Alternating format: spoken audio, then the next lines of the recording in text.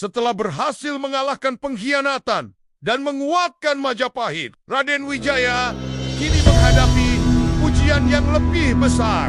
Bagaimana mengatasi persaingan internal dan menyatukan seluruh Nusantara di bawah satu bendera Majapahit. Jika kamu ingin melanjutkan kisah heroik Raden Wijaya, pastikan untuk like dan subscribe dan tulis di komentar. Bagaimana menurutmu cara Raden Wijaya menyatukan Nusantara yang terpecah dengan Majapahit yang semakin kuat? Raden Wijaya menyadari bahwa untuk menjadikan kerajaan ini besar, ia tidak bisa hanya bertahan di wilayah Jawa saja. Ambisi Raden Wijaya kini lebih besar, menyatukan seluruh Nusantara di bawah Majapahit. Namun, tantangan besar kembali menghadangnya. Tidak hanya kerajaan luar yang merasa terancam dengan kebangkitan Majapahit, tetapi juga ancaman dari dalam. Sejumlah bangsawan Majapahit merasa bahwa kekuasaan Raden Wijaya terlalu besar dan mereka mulai mengembangkan ambisi pribadi. Gajah Mada yang telah menjadi patih kerajaan mulai melihat adanya potensi besar dalam memperluas pengaruh Majapahit. Tetapi ia juga harus menghadapi pemberontakan dari kelompok bangsawan tertentu yang tidak setuju dengan kebijakan Raden Wijaya. Namun, Raden Wijaya tetap tenang. Ia tahu bahwa jika Majapahit ingin tetap bertahan dan berkembang, ia harus memastikan bahwa tidak ada pihak yang merasa diabaikan. Kecerdikannya dalam berpolitik pun diuji di sini.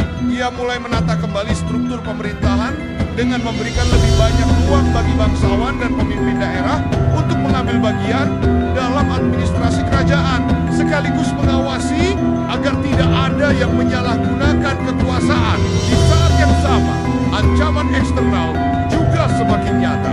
Kerajaan-kerajaan di luar Jawa mulai memperhatikan perkembangan Majapahit dengan curiga. Bali, Sumatera, dan Maluku adalah karujan-karujan yang memiliki potensi besar untuk menjadi ancaman, karena mereka memiliki kekuatan maritim yang tidak kalah kuat. Namun, Raden Wijaya yang cerdik tahu bahwa diplomasi lebih penting daripada perang terbuka. Ia mulai menjalin hubungan baik dengan kerajaan-kerajaan ini, baik melalui pernikahan politik maupun perjanjian dagang yang saling menguntungkan.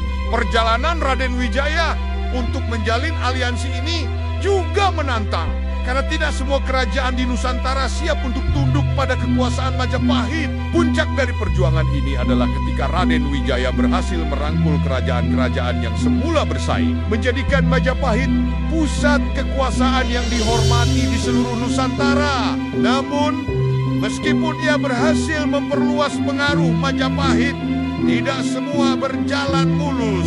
Konsolidasi kekuasaan semakin sulit karena Raden Wijaya harus menjaga keseimbangan antara pihak-pihak yang berambisi dan memastikan keberlanjutan kerajaan.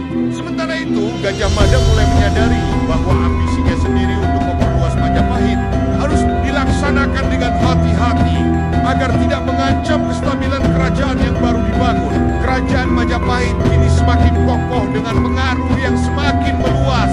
Raden Wijaya, meskipun dihadapkan pada ancaman dari dalam dan luar kerajaan, berhasil mengatasi tantangan tersebut dengan kecerdikannya.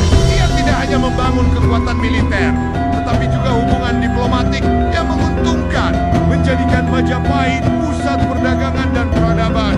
Namun, perjalanan Majapahit masih panjang. Episode berikutnya akan mengungkap bagaimana Raden Wijaya dan Gajah Mada bekerja sama untuk menghadapi lebih banyak tantangan, dan bagaimana mereka memastikan bahwa Majapahit tetap berdiri kokoh untuk generasi mendatang. Jika kamu terkesan dengan perjuangan Raden Wijaya dalam memperluas Majapahit, tekan like dan subscribe untuk melanjutkan kisahnya. Jangan lupa tulis di komentar, apakah kamu setuju dengan cara diplomasi yang digunakan oleh Raden Wijaya untuk menyatukan Nusantara?